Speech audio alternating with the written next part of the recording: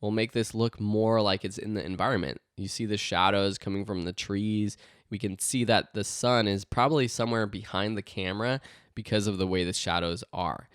So an easy way to do that is just take the movie title, duplicate it. So I'm just pressing Command D. Now, for now, I'm just going to work with the top one. What I can do is just change the character color to black. Or if you want a quick and easy way to do it, go to your effects and presets, type in fill.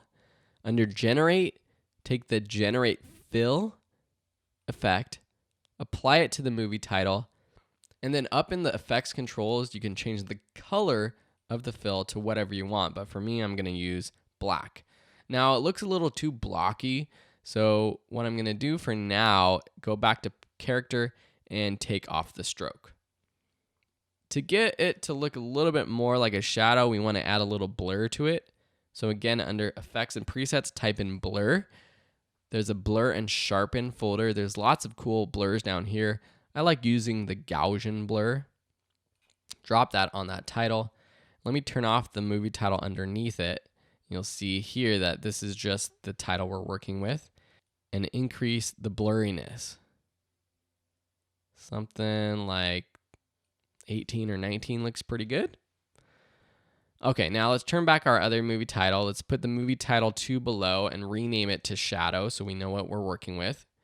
And then we're going to zoom in and do a 3D rotation of the shadow. So if I click on 3D enable, I make sure my anchor point, which it already is, but if it's not for you, make sure it's at the bottom of the layer. Now I'm going to bring R to bring up rotation, and I see that my rotation is kind of funky. So I'm going to have to play with both the X rotation and the Y rotation to make this look like it's on the ground. Something like that. So just playing around with it.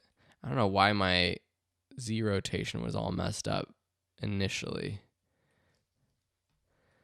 Now, if I position this around just by clicking it and dragging it around, something like that might look good. So let's zoom out. It's still parented to the null. So now when I zoom out, I can see it looks a little bit funky. Something like that's pretty cool. It's parented to the null, so it still tracks with the motion of the video. Nice. It's a little harsh, so let me press T to bring up opacity. Drop that down to like 50 or 60, something like that. Now, let's see. And that looks pretty good. Looks a lot more like it's in the environment of our video clip.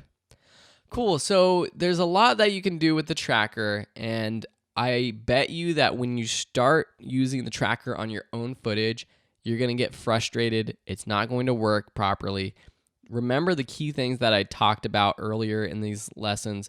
Make sure that you're choosing a point that has a lot of contrast. Make sure that it's not moving around too fast, that it's clear, that it's in the frame the whole time.